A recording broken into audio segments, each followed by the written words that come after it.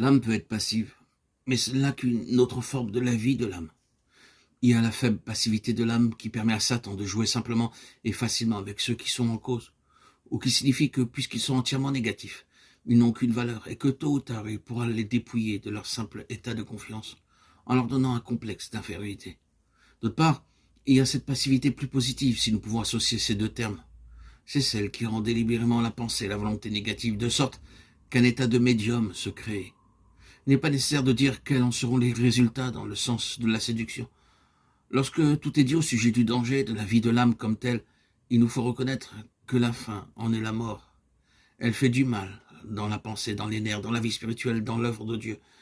Une expérience spirituelle contrefaite, lorsqu'elle a passé, ou qu'elle a été retirée par Satan, ou qu'elle a été dévoilée, pourra avoir comme résultat une obscurité noire dans le désespoir du péché impardonnable, du péché contre le Saint-Esprit.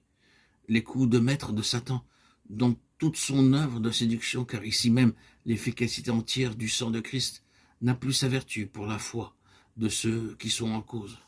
Combien il est donc nécessaire que la croix ait accompli son œuvre en ce qui nous concerne nous-mêmes, comme en ce qui concerne nos péchés d'autrefois. Quel principe sublime est représenté dans les paroles de Paul. J'ai été crucifié avec Christ, ce n'est plus moi qui vis. Galates 2:20. On peut penser que la force de caractère est une chose excellente et digne de louange, mais il faut la reconnaître comme quelque chose d'infiniment dangereux. Si celui qui la possède n'est pas un croyant crucifié en ce qui concerne la vie du moi, le cœur de l'homme est trompeur plus que toute chose et incurablement mauvais. Jérémie 17:9. Beaucoup de mouvements ont passé sur cette terre, des mouvements qui portaient le nom de Christ. Ils se réclamaient de lui et des multitudes ont été entraînées dans leur filet. Il y a des conversions et des expériences, il y a des traits spirituels attachés à elles. Mais elles sont psychiques dans leur fondation. Des personnalités psychiques qui possèdent des expériences et des pouvoirs psychiques, une influence personnelle anormale et dangereuse, se dissimule derrière elles. Et un culte se développe au moyen de certaines méthodes établies. Ces méthodes ou ces tactiques de l'âme sont employées pour cultiver l'expression de l'âme sous certaines formes.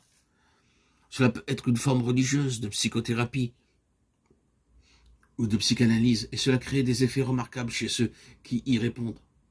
La preuve infaillible de toutes ces choses se trouve dans la place qu'elle donne à cet aspect fondamental de la croix de Christ, qui met entièrement de côté l'homme par nature et ne lui laisse aucune place, c'est-à-dire la mort de l'homme, et non seulement la rémission de ses péchés.